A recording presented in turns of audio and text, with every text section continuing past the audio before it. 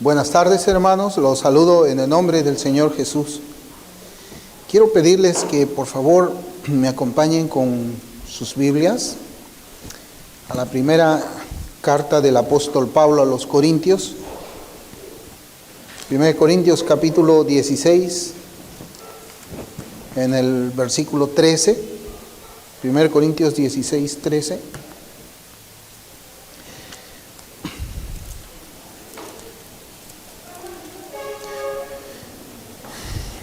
Vamos a continuar con nuestra serie acerca de la masculinidad bíblica. La masculinidad bíblica, y en esta oportunidad vamos a ver un tema: el proveedor del hogar. El proveedor del hogar. Entonces, en 1 Corintios 16, 13, yo voy a repetir las 4 traducciones de la Escritura, como lo he hecho en las 2 primeras oportunidades. Y en Reina Valera 60 dice: velad, estad firmes en la fe, portaos varonilmente y esforzaos.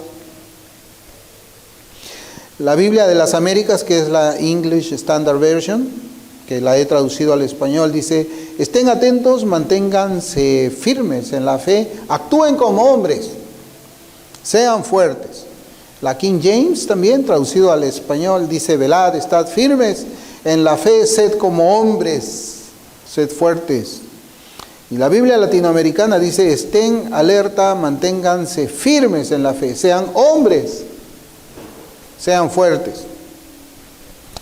Y hermanos, nosotros estamos pues compartiendo esta serie de sermones acerca de la masculinidad bíblica, porque como yo les he comentado en la escuela dominical, tristemente pues la iglesia ahora está buscando la aprobación de la cultura, la aprobación del mundo para todas las doctrinas, todas las enseñanzas que tiene para nosotros. Entonces, vivimos en un tiempo en el que en el mundo secular decir soy un hombre, pues es decirlo con temor, es tener miedo, porque la cultura ha hecho eso a través de estos movimientos feministas, ¿no? Que han conseguido pues simplemente establecer que ser hombre es pecado, actuar como un hombre también es pecado, y prácticamente pues la iglesia muchas veces se deja seducir por lo que el mundo está diciendo y termina creyendo ciertamente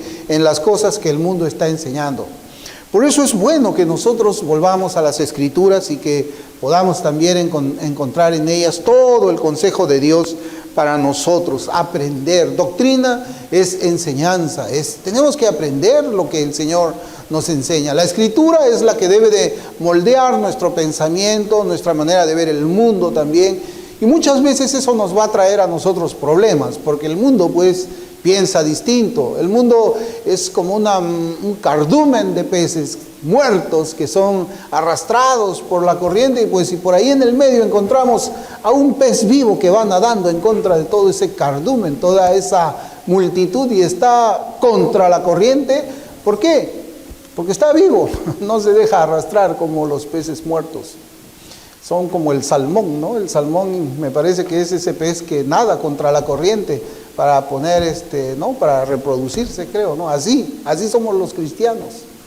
Nadamos en contra de la corriente porque la Escritura está en contra de la mucha nueva moralidad que enseña pues el mundo y sus ideologías. Nosotros habíamos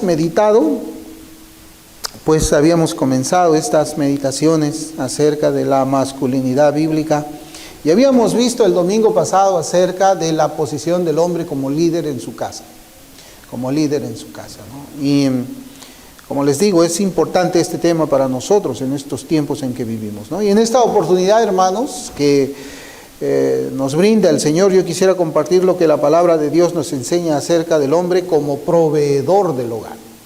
Como proveedor del hogar. Y la semana pasada, al final de la meditación, yo traje a nuestros corazones el siguiente versículo.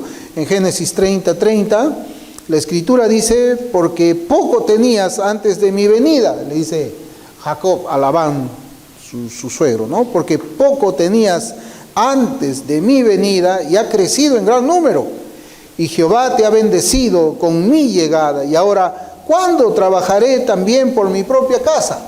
¿Cuándo trabajaré también por mi propia casa? Eso es lo que el hombre, pues, como cabeza de familia, debe tener como la responsabilidad primera, trabajar para su propia casa. Yo hice la cita de este versículo con el propósito de revisar, pues, las inclinaciones de nuestros corazones, con el orden, tiene que ver con el orden que debemos tener al momento de pensar en usar nuestra fuerza, nuestro amor, nuestra dedicación. Les había mencionado de que primeramente nuestro amor es para nuestra familia. Primero están nuestras esposas, luego de nuestras esposas están nuestros hijos y después de nuestros hijos está nuestra familia o nuestros familiares, ¿no? Algunas veces hemos oído escuchar, por ejemplo, de algunos hombres que sufren de mamitis, ¿no? Ellos dicen, primero está mi mamá, después está mi esposa y después están mis hijos. No, primero no está la mamá, primero está la esposa. La mamá pasa a ser un familiar y mi familia es mi esposa. Y todo lo que yo tengo, todo lo que Dios me ha dado, mis fuerzas es para mi familia, mi amor es para mi familia y mi dedicación es para mi familia también. Por eso, como padres cristianos, nuestra fuerza debe estar orientada para suplir primero las necesidades materiales de mi casa. Las necesidades materiales de mi casa. Nuestro amor debe estar orientado para suplir primero las necesidades afectivas de los de nuestra casa. Y nuestra dedicación debe estar orientada para suplir primero la necesidad de seguridad y confianza de los de nuestra casa, ¿no? Y a esto se refiere la Escritura cuando nos enseña en 1 Timoteo capítulo 5, versículos 7 y 8, que podemos llamar que es el versículo que nosotros vamos a utilizar también en esta oportunidad para mirar al hombre como el proveedor de su familia. Dice, manda también estas cosas para que sean irreprensibles. Porque si alguno no provee para los suyos, y mayormente para los de su casa, ha negado la fe, y es peor que un incrédulo. Ha negado la fe, y es peor que un incrédulo. Y como comenta pues el puritano John Trapp, miren cómo dice cuando yo estaba leyendo, dice Sócrates, un pagano, se ocupó del bienestar de su familia y amigos. Un pagano se estaba ocupando del bienestar de su familia y de sus amigos. ¿Cuánto más es lo que uno implica, ¿no? Trae por implicancia o implicación estas palabras del comentario de John Trump. Cuánto más, si un pagano hace eso, ve por su propia familia, cuánto más un creyente verdadero. Hermanos, nuestro hermano al momento que estaba entonando los himnos y estábamos pues alabando al Señor con un himno que habla acerca de la paz, él nos estaba comentando acerca de las situaciones que estaban próximas a venir aquí en el Perú luego de esta proclamación, ¿no?, del nuevo gobernante que vamos a tener. ¿Y qué cosa es lo que pues nosotros vemos? Es posible, hermanos, que las cosas se empeoren en el Perú, si es que ese candidato todavía va a seguir en esa línea que es dictada por el partido a la cual él pertenece. Lo más probable, lo más seguro es que las cosas se empeoren en el Perú por causa de las políticas económicas del nuevo gobierno. Y esta situación definitivamente alcanzará a todas las familias del país, sean cristianas o no sean cristianas. Vamos a pasar tiempos bastante difíciles, creo yo, si es que nos vamos a quedar aquí en el país, ¿no? Y este cambio de la Constitución, hermanos, yo les estoy hablando de esto porque esto tiene una implicancia también para nosotros como cristianos. Nosotros no vivimos en el cielo, nosotros estamos aquí en la tierra. Y en la tierra nosotros tenemos también necesidades materiales, necesidades temporales, y esas necesidades muchas veces están ligadas con la política económica de los hombres, de los gobernantes.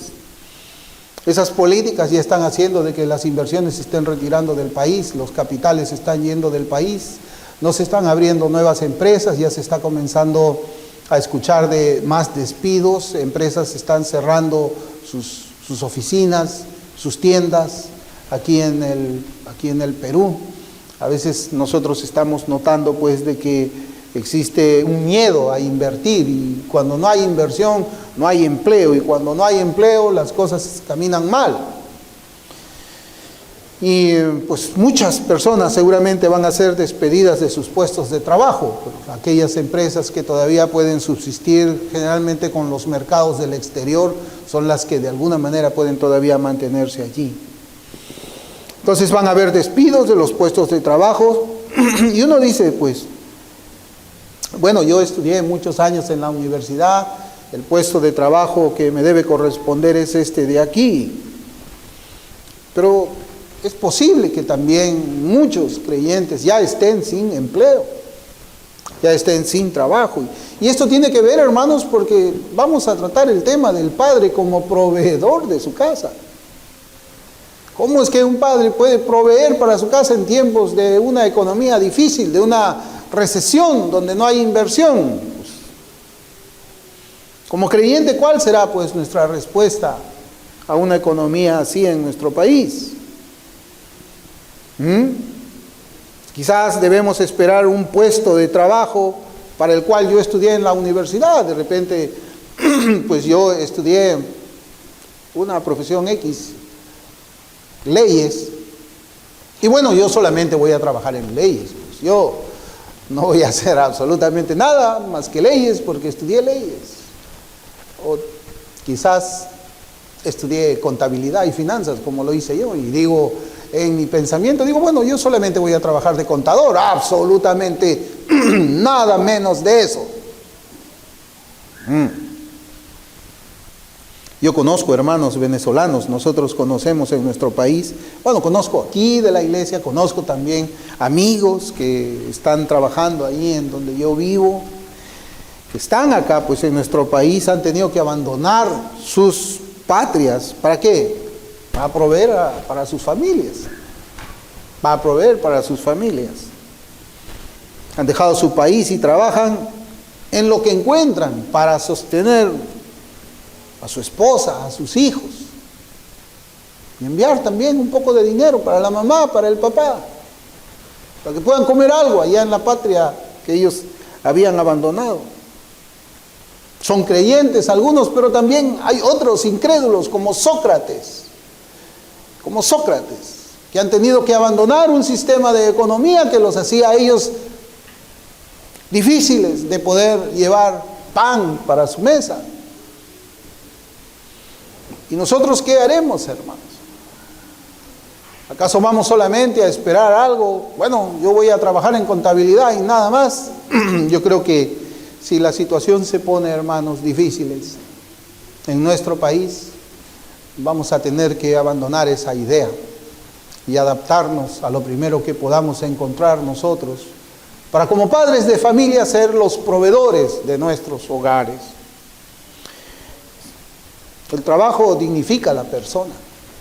El trabajo dignifica a la persona. Bueno, yo así fui criado, ¿no? A mí me decían, bueno, si vas a ser un barredor de las calles, hazlo bien, hazlo con honradez, hazlo bien. Por la misericordia del Señor tuve la oportunidad de estudiar en una universidad. Y bueno, trabajé en otras cosas. Se vienen tiempos difíciles, pero nosotros somos hombres de fe, somos personas de fe y creemos que el Señor va a suplir nuestras necesidades. Amén. Él va a suplir nuestras necesidades. Como las aves. Como las aves a quienes Dios les provee el alimento cada día. Así nos enseña la Escritura, ¿verdad? Pero el Señor no les lleva el alimento al nido, ¿o sí? Ellas deben salir, deben volar del nido y van a encontrar alimento para ellas y sus polluelos. En 1 Timoteo 5:8 voy a leer de la versión de la Biblia en lenguaje sencillo. Dice, quien no cuida de sus parientes y especialmente de su familia, no se porta como un cristiano. Es más, tal persona es peor que quien nunca ha creído en Dios. Es peor que quien nunca ha creído en Dios. Y este versículo no deja ninguna opción sobre el rol de un esposo y padre de familia que es cristiano. Si no proveemos para nuestra familia, no somos creyentes, es lo que dice la Biblia. Y es más, ni siquiera somos un incrédulo común y corriente. Somos peores que eso. Somos peores que eso. Yo no quisiera dejar de mencionar las implicaciones de este versículo para la vida de un cristiano soltero también. De un cristiano soltero. Cuando dice, si alguno no provee para los suyos, aquí extiende este deber hacia el cuidado de los padres ancianos, cuando es soltero, de aquellas que han quedado, de las madres que han quedado viudas. Por eso en el contexto, en el versículo 4 de 1 Timoteo 5:4 dice, pero si alguna viuda tiene hijos o nietos, aprendan estos primero a ser piadosos para con su propia familia y a recompensar a sus padres, porque esto es lo bueno y agradable delante de Dios. Nosotros como varones estamos llamados a proveer para nuestra casa.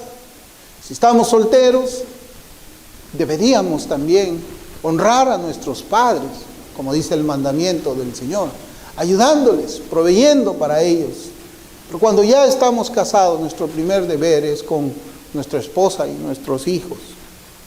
El contexto de este versículo 4 y de este versículo 8 que hemos leído en el capítulo 5 de 1 Timoteo nos enseña acerca de proveer materialmente para nuestras familias. Esa es la responsabilidad mandada por el Señor para el varón que es cabeza del hogar. Del hogar. Y sin embargo, hermanos, como ya se los he compartido con anterioridad, este versículo no solamente se encierra en una provisión material para la familia, sino que debe de proveerse para los que están bajo nuestro cuidado toda necesidad espiritual y afectiva, y aquí me refiero también al amor. Nuestro primer amor es con Dios, nuestro segundo amor es para con nuestras esposas, el tercer amor es para con los hijos, y el cuarto amor es para con nuestros familiares.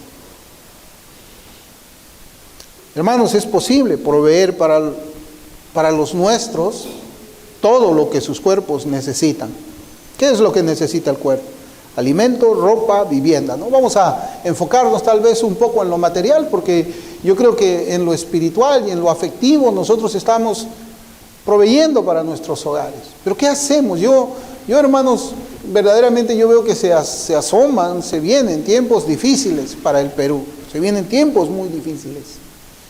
Y aun cuando nosotros podamos tener vacío el estómago, siempre va a haber amor para nuestros hijos. Aun cuando nuestras ropas sean viejas, siempre vamos a proveerles a ellos de seguridad y cuidado, ¿verdad? Por eso es que yo quisiera que veamos un poco más también en esto de lo material, porque nosotros necesitamos alimento, ropa, necesitamos un techo. Pero ¿saben qué, hermanos? Todo eso también se puede dar sin sentir amor por nuestra familia. Por eso es importante la parte afectiva de nosotros hacia nuestros hijos. La Biblia dice que Cristo amó a su iglesia, a su esposa, y dio su vida por ella. Ese es el ejemplo de un amor sacrificial que nosotros debemos tener primeramente por nuestras esposas. El cuidado que debemos darle a nuestras esposas, el cariño que debemos darle a nuestras esposas y luego a nuestros hijos. Y luego el mundo lo piensa al revés. El mundo pone primero a los hijos y después a la esposa. La Biblia pone primero a la esposa y después a los hijos. Por eso es que los hogares funcionan mejor cuando estamos centrados en la guía de las Escrituras para nuestras familias. Los creyentes vemos a nuestras esposas no como el mundo las ve, como objetos carnales. El creyente ve a su esposa como un regalo de Dios, como una ayuda idónea, como una compañera, como dice Génesis capítulo 2. Los creyentes también tenemos una visión distinta de los hijos. Miren primero cómo es nuestra visión de la esposa y cómo también los creyentes pensamos acerca de nuestros hijos. No vemos a nuestros hijos como una carga financiera. No los vemos como seres que nos van a robar las pocas horas que tenemos para el descanso y el ocio. Los creyentes vemos a los hijos como herencia de Jehová y al fruto del vientre como cosa de estima, como dice el Salmo 127, versículo 3. Y recordemos que ser el líder del hogar es una posición para negarse uno mismo y servir, y servir. Cuando el Señor nos pone en liderazgo, no nos pone así como un dictador al cual todos deben de servir. No, el que quiere ser primero, dice la Escritura, debemos negarnos a nosotros y servir a nuestras familias. Hermanos, algunas veces cuando la situación económica se ponga muy mal, como hombres, como varones, tendremos que buscar 2 trabajos. Tendremos que reducir ciertos gastos superfluos. Y necesitaremos distribuir sabiamente el presupuesto familiar. Yo creo que esas son las 3 cosas que debemos analizar nosotros en un mensaje tan pertinente como el que estamos escuchando hoy día. Buscar 2 trabajos, reducir ciertos gastos superfluos y distribuir sabiamente el presupuesto familiar. No solamente estamos llamados a ganar el dinero para la gloria del Señor, sino que estamos llamados a usar el dinero de tal manera que el Señor sea también glorificado. Dios es el ejemplo de proveedor para su propia familia. En Génesis capítulo 48, versículos 14 y 15 dice: entonces Israel extendió su mano derecha y la puso sobre la cabeza de Efraín, quien era el menor, y su mano izquierda sobre la cabeza de Manasés, colocando así sus manos adrede, aunque Manasés era el primogénito. Y bendijo a José diciendo: el Dios en cuya presencia anduvieron mis padres Abraham e Isaac, el Dios que me mantiene desde que soy hasta este día. El Dios que me mantiene desde que soy hasta este día. Es el Dios que suplió las necesidades espirituales de Jacob. Es el Dios que suplió y lo prosperó verdaderamente a Jacob hasta ese día. Cuando nosotros hablamos, hermanos, cómo es la providencia del Señor, cómo es que el Señor había enviado a José. ¿Quién envió a José a Egipto? ¿Sus hermanos o Dios? Fue Dios. El mismo José lo dijo. Fue Dios quien me envió aquí para salvar mucho pueblo. Todo eso tenía un propósito, hermanos. Y el propósito era de que se venían tiempos muy difíciles para toda la tierra conocida de aquel entonces. En el oriente iba a venir un tiempo de vacas flacas, muy fuertes. Pero si usted se pone a pensar cómo es que la providencia de Dios había obrado en esos días con la vida de Jacob y con sus 12 hijos, cómo es que Dios había preparado el camino para que cuando lleguen esos tiempos difíciles, ellos tuviesen todavía alimento. Es ese nuestro Dios. Por eso es que Jacob dice: el Dios en cuya presencia anduvieron mis padres Abraham e Isaac, el Dios que me mantiene desde que yo soy hasta este día. Y el Señor hasta este día nos ha ayudado y nos va a seguir ayudando mañana y nos va a seguir ayudando hasta el fin del mundo. Filipenses 4:19 dice: mi Dios pues suplirá todo lo que os falta conforme a sus riquezas en gloria en Jesucristo, en Cristo Jesús. Dios suplirá el trabajo, hermanos. Dios suplirá el trabajo. Dios no solamente va a suplir el trabajo, sino que Él también va a suplir nuestras fuerzas para hacer un trabajo duro. Y Dios suplirá nuestras habilidades para hacerlo bien, para que Él sea glorificado. Yo creo eso. A mí me ha tocado, hermanos, también trabajar en cosas que no eran propias de lo que yo había estado estudiando en la universidad. A mí también me tocó, hermanos, hacer uso de fuerza que yo pensaba que no tenía en algún momento de mi vida. Me dio fuerzas y me dio la habilidad para hacer cosas que yo nunca había hecho. Yo nunca había agarrado, hermanos, un desarmador en mi vida.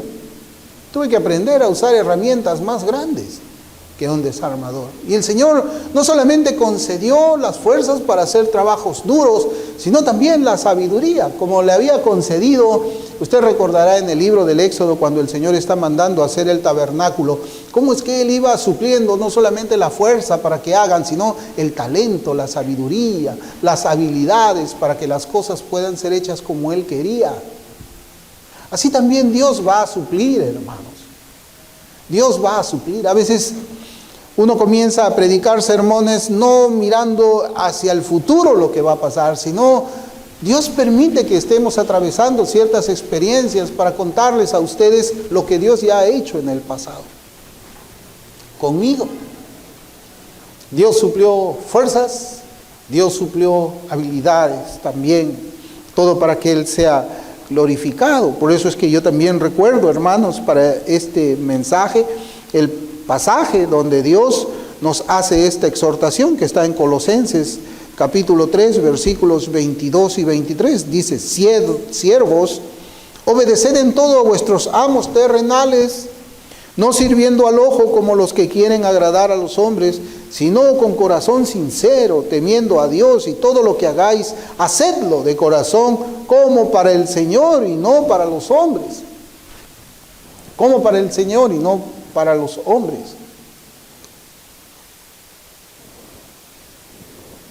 Hermanos, en estos tiempos, no solamente como padres de familia tenemos el deber de buscar un trabajo que glorifique a Dios, sino que debemos cuidarlo. Debemos cuidarlo. Debemos cuidar este trabajo. Debemos hacer todo lo que esté a nuestro alcance para no ser despedidos. No podemos pensar nosotros: yo estudié en la universidad, ¿qué hago aquí manejando un taxi? Y comenzamos a llegar tarde al trabajo. Comenzamos a tratar mal a los clientes. Y a las finales la empresa puede terminar despidiéndonos. El trabajo que Dios ha abierto para nosotros, para proveer nuestras necesidades y de nuestras familias. Debemos de cuidarlo. Por eso es que yo leía precisamente Colosenses 3, el versículo 23, dice: y todo lo que hagáis, hacedlo de corazón, como para el Señor y no para los hombres. Tal vez nos va a tocar abandonar lo que nosotros estamos trabajando como profesionales para dedicarnos a hacer un oficio en el cual nosotros nunca creímos que podíamos estar. Pero cuando hagamos ese oficio, hagámoslo como para el Señor. Si a usted le toca manejar un taxi, piense que es el Señor al quien usted le está dando ese servicio. Si usted tiene que pintar una casa, tiene que pensar: estoy pintando la casa del Señor, voy a hacerlo de la mejor manera posible. Si a usted le toca ser el vigilante en una compañía, debe de cuidar eso como si fuera el palacio real donde nuestro Dios está. Hacerlo de corazón y hacerlo bien, como para el Señor. ¿Para qué? Para que usted pueda mantener ese trabajo.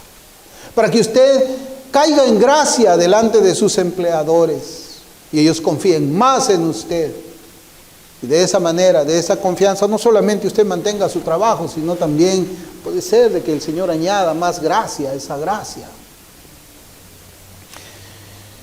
Debemos trabajar para el Señor. Y esto, hermanos, es un principio de las Escrituras que practicamos los padres y enseñamos también a nuestros hijos mediante nuestro ejemplo, para que ellos lo apliquen en sus quehaceres en el hogar, para que ellos apliquen eso mismo en sus quehaceres en el hogar.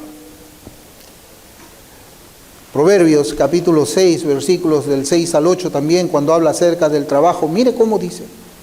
Y esto es para el trabajo del cual yo les estaba hablando. Proverbios 6, 6 al 8 dice: ve a la hormiga, oh perezoso, mira sus caminos y sé sabio, la cual, no teniendo capitán, ni gobernador, ni señor, prepara en el verano su comida y recoge en el tiempo de la siega su mantenimiento.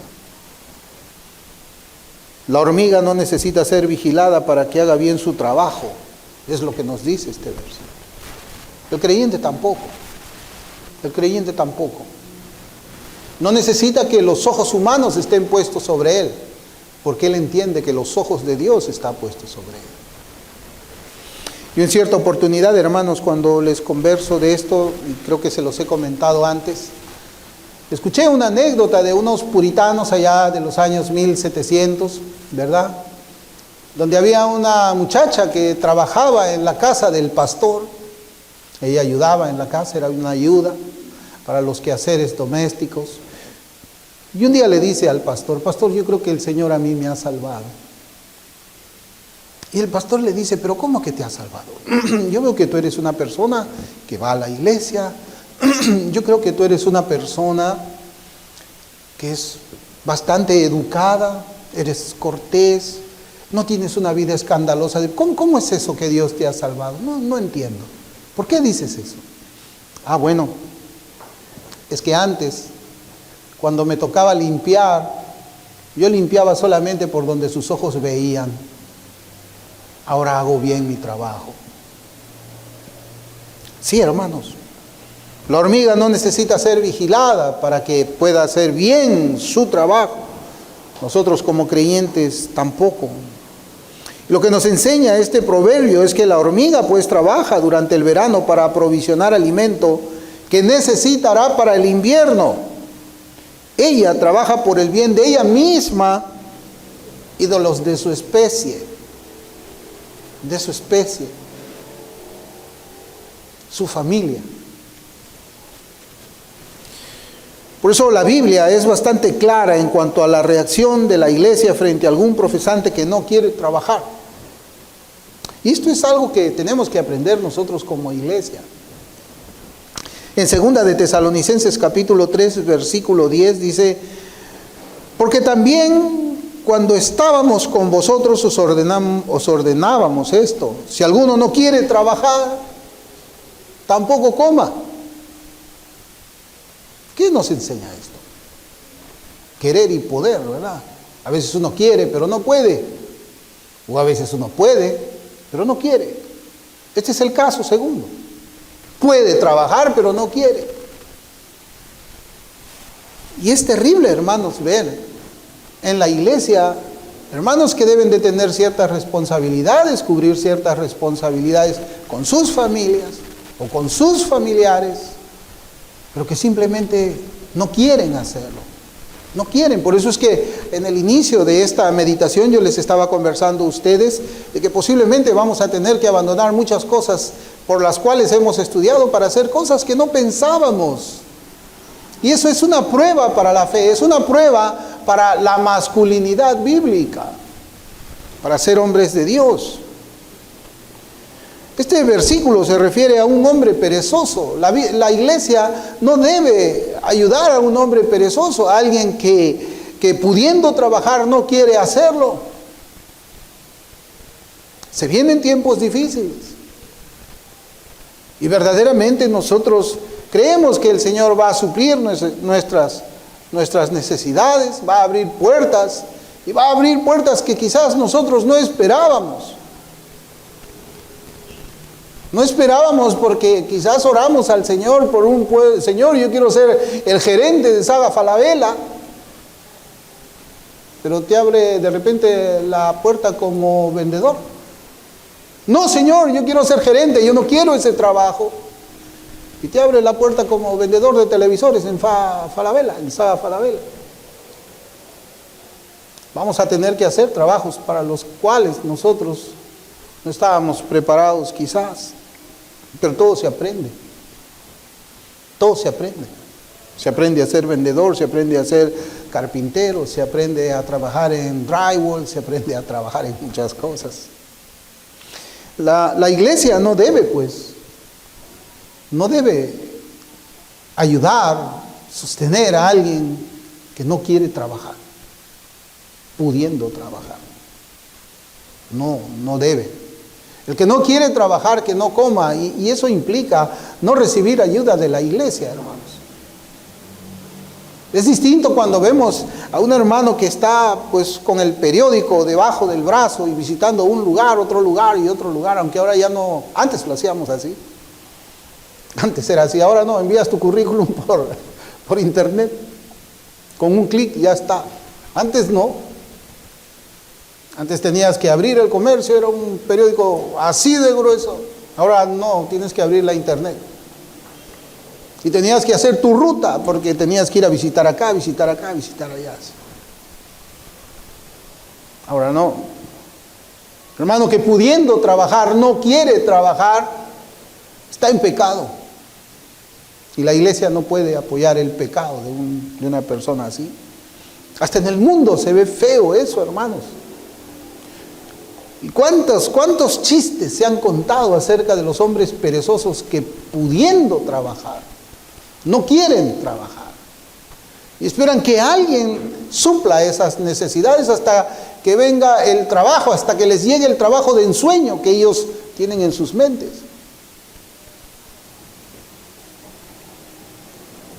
Ese es el perezoso. El hombre que trabaja ardua y responsablemente es una bendición para su hogar y también para la sociedad. Escuche bien, para la sociedad. Y es al revés, el hombre que no trabaja se convierte en una carga para su casa y se convierte también en una carga para el país.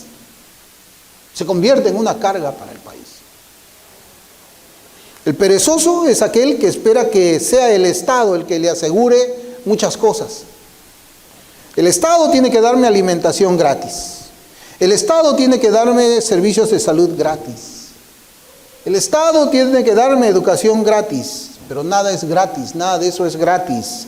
Porque todo eso se paga con los impuestos que otras personas generan con sus trabajos. O sea, a las finales vivimos del trabajo de otros. Y eso no puede ser. El creyente dice, Dios suplirá mis necesidades, abriendo puertas y derramando bendiciones. El perezoso dice, el Estado suplirá mis necesidades y las de mi familia. Yo creo que ya sabemos cómo se llama el sistema económico que ve al Estado como un Dios, que le va a suplir todas sus necesidades. El creyente tiene el Dios de la gloria, tiene el Cristo, nuestro Salvador, quien suple nuestras necesidades, quien hace que hallemos gracia delante de muchas personas para que nos puedan ofrecer un trabajo y así llevar pan a nuestros hogares. Como proveedor del hogar, el varón debe establecer también las prioridades según las Escrituras, establecer las prioridades, hermanos, y este mensaje, como les digo, hay que guardarlo mucho en nuestros corazones. ¿Y por qué?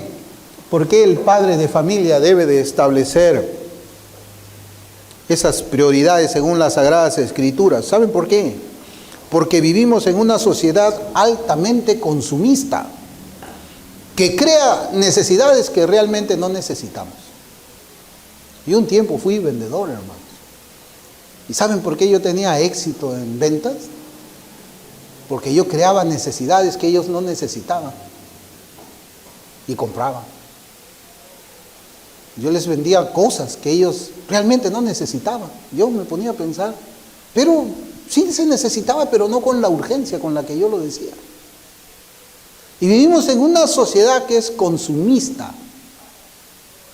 Cuando usted ve un comercial de televisión, están tratando de crear una necesidad en usted para que usted compre ese producto. De eso se trata la venta. Crear una necesidad, que algo le entre por los ojos y le llegue al corazón, porque usted compra por sentimiento. Usted no usa la razón para comprar. Usted compra por sentimiento. Pero después que compra, usa la razón para justificar el sentimiento que lo motivó a comprar algo. Y la pregunta es, si tenemos que establecer las prioridades según las Sagradas Escrituras, entonces, ¿cuáles son las necesidades materiales que un padre de familia debe suplir en el hogar? Bueno, y aquí también la esposa, como ayuda idónea, debe de hacer equipo con el padre de familia, ¿no? Y en esta parte, hermanos, cuando se trata de establecer las prioridades que deben ser suplidas para la familia, debemos tener una respuesta bíblica que vaya según las posibilidades de cada familia cristiana, según las posibilidades de una familia cristiana. Por ejemplo, las necesidades materiales, ¿cuáles son? Ya les he dicho, es un techo donde vivir, una ropa que vestir, un alimento que comer y una diversión sana para la familia. Podemos decir que esas son las necesidades en el hogar. Y estas necesidades, como yo les dije, deben cubrirse considerando la mayordomía cristiana. La mayordomía cristiana. Es decir, usar el dinero de una manera que agrada a Dios. De una manera que agrada a Dios. Y aquí yo quiero poner algunos ejemplos. El primero, el lugar donde vamos a vivir. El lugar donde vamos a vivir. Si tengo un ingreso mensual de $800, ¿debo alquilar una vivienda en una zona donde tenga que pagar más de la mitad de mi ingreso? Y esto me hace acordar a una persona, hermanos, a quienes pues recibimos con mi esposa. Y esta persona pues vino prácticamente sin nada al Perú, sin nada. Ni siquiera tenía pasajes para ir a buscar un empleo. Y un día me enseña a mí un papel que tenía de Perú ahí impreso. No tenía nada. Me decía, yo quiero alquilar en este lugar acá. ¿Sabe cómo qué distrito era el que quería ir a vivir aquí en Lima? Y llegó sin nada. Miraflores. ¿Cuánto cuesta un departamento en Miraflores? No sé, $2.500. Y una persona que no tenía absolutamente nada, pero donde había vivido, tenía algún título o algo, quería ir a esos lugares. Hermanos, cuando se vienen los tiempos difíciles, nosotros también tenemos que aprender a usar sabiamente el dinero y escoger el lugar donde es que vamos a alquilar. Otro ejemplo, la ropa de vestir. Seguramente ya mi esposa sabrá cuál es el ejemplo que voy a poner, porque le pregunté cómo se llamaba el diseñador. Si yo tengo un ingreso mensual de $800, otra vez, yo soy cristiano, el papá cristiano, debo comprar zapatos de la marca Louis Vuitton. ¿Ustedes saben quién es Louis Vuitton? Que cuestan $1,000. Debo comprarme esos zapatos. Sí, dirán algunos, con la tarjeta de crédito. O por ejemplo, el teléfono celular. Si tengo ese mismo ingreso de $800, ¿debo comprar un iPhone que cuesta $1,000? Esa manera de gastar o de usar el dinero es sabia. Hermanos, se vienen tiempos difíciles y creo que tenemos que comenzar a repensar no solamente cómo es que nosotros obtenemos nuestros ingresos producto de nuestro trabajo, sino también cómo es que los vamos a gastar. Y vivimos en una sociedad consumista. Yo he vivido en una sociedad consumista desde hace mucho tiempo, pero yo era soltero, yo era muchacho. Yo ahorraba todo el dinero que me daban mis padres y que yo conseguía en un trabajo, y después de ayudar a mi madre y pagar la electricidad o lo que me correspondía pagar a mí por vivir en la casa de ellos, yo sí me compraba cosas de marca. Era soltero. No había crisis económica, había trabajo. Y bueno, y me gustaba pues mis buenos zapatos, pues, ¿verdad? No, hermanos. Ya cuando uno es papá tiene que enseñar a los hijos un poco lo que es la economía y cuáles son nuestras posibilidades. Nuestros hijos a veces piden.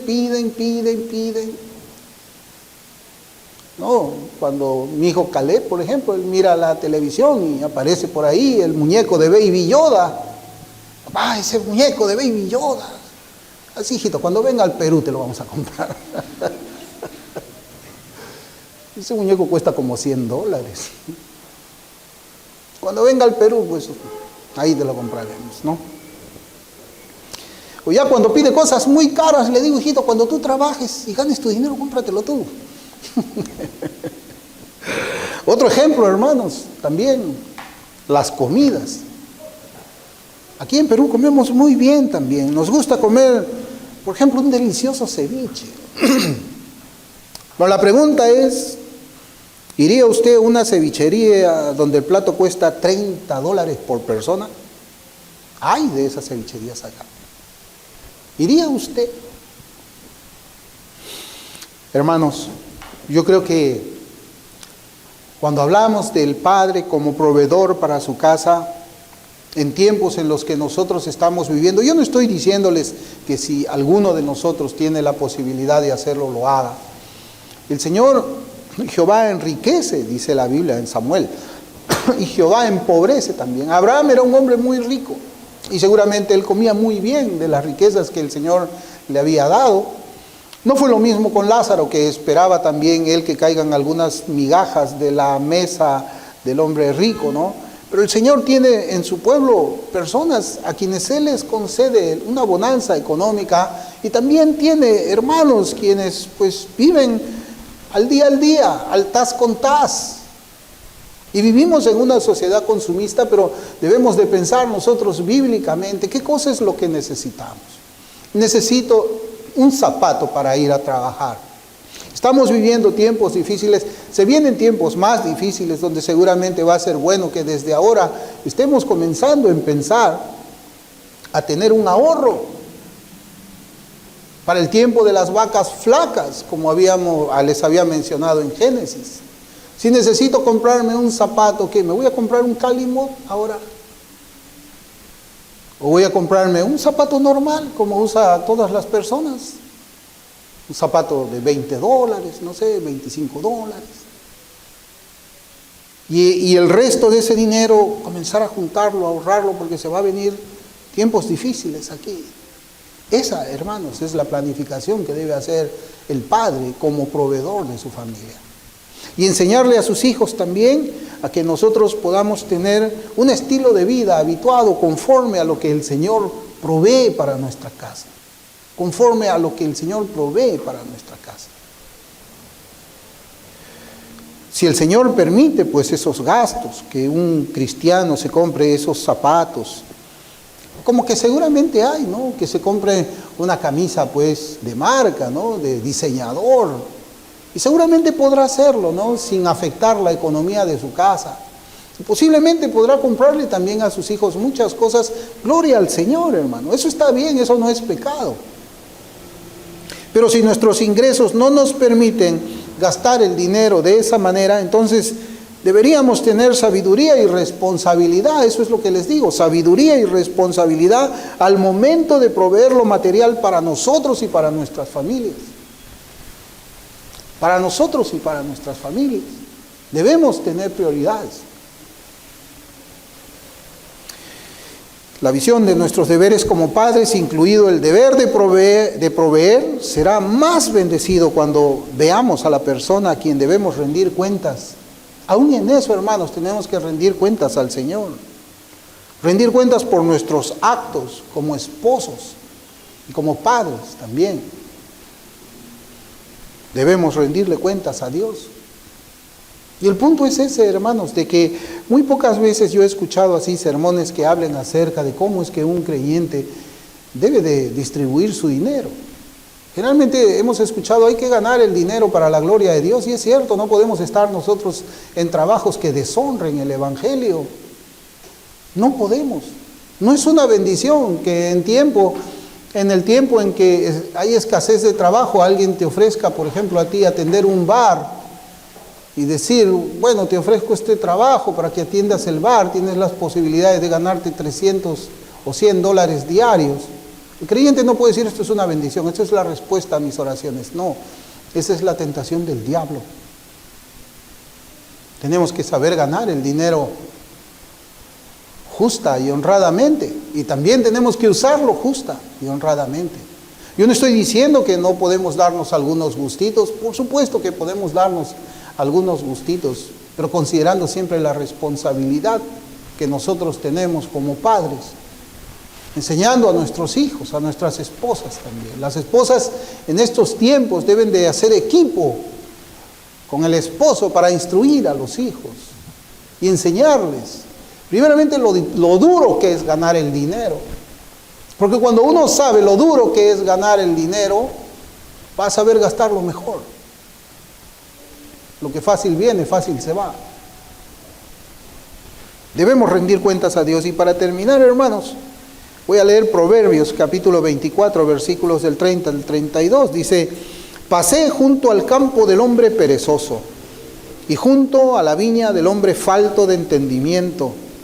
He aquí que por toda ella habían crecido los espinos, ortigas, habían ya cubierto su faz y su cerca de piedra estaba ya destruida. Miré y lo puse en mi corazón, lo vi y tomé consejo. La pereza es pecado, tenemos la responsabilidad de trabajar, pero también tenemos, hermanos, la responsabilidad de usar bien los recursos que Dios nos da por medio del trabajo. El hombre, el esposo, es un proveedor de su casa.